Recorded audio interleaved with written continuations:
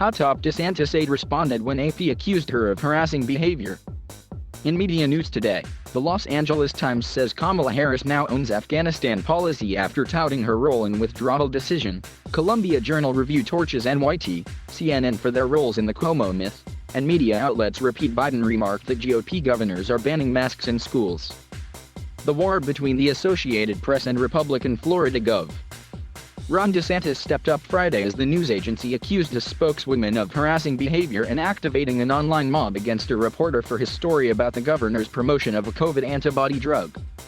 The extraordinary letter from incoming AP CEO Daisy Burrisingham accused DeSantis press secretary Christina Pushaw of inciting an online mob against AP reporter Brendan Farrington over his story headlined, "DeSantis top donor invests in COVID drug governor promotes."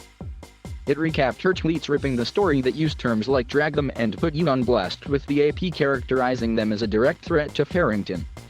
While we can disagree about stories, it is unacceptable and dangerous for a public official to encourage the systemic bullying of journalists, Burrisingham wrote.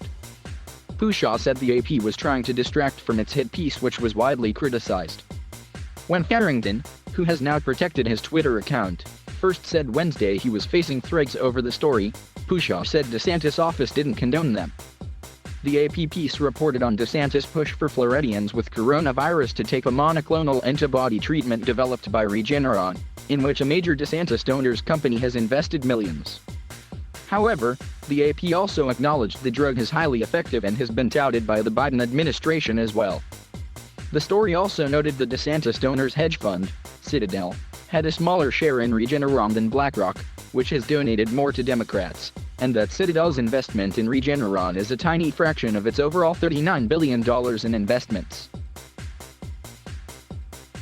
The story was panned by Pushaw, conservatives, and even some liberals who disagreed with its framing.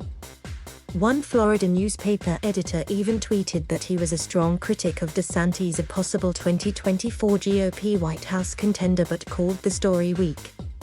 "Yeah, we've been pretty big critics of DeSantis on the Sun Sentinel editorial board, but this DeSantis is hawking monoclonal antibodies to make a buck for a donor story doesn't really add up," tweeted the Sun Sentinel's Dan Sweeney. Pushaw said Friday she was particularly upset over the story because she felt the AP had politicized a public health issue and called the letter a deflection from criticism it's gotten over the story.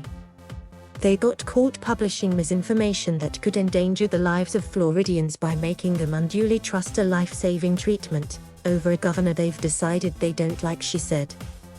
"They got called out for it in part because of me, in part because the story was so obviously wrong. They brought this on themselves by publishing this kind of dangerous misinformation." She added she deleted the tweet that said drag them over the AP's tweet of its original story after Farrington told her he had begun receiving threats.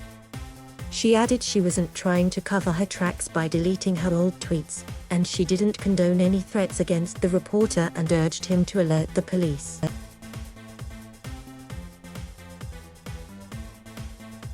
Thank you for watching. Please subscribe.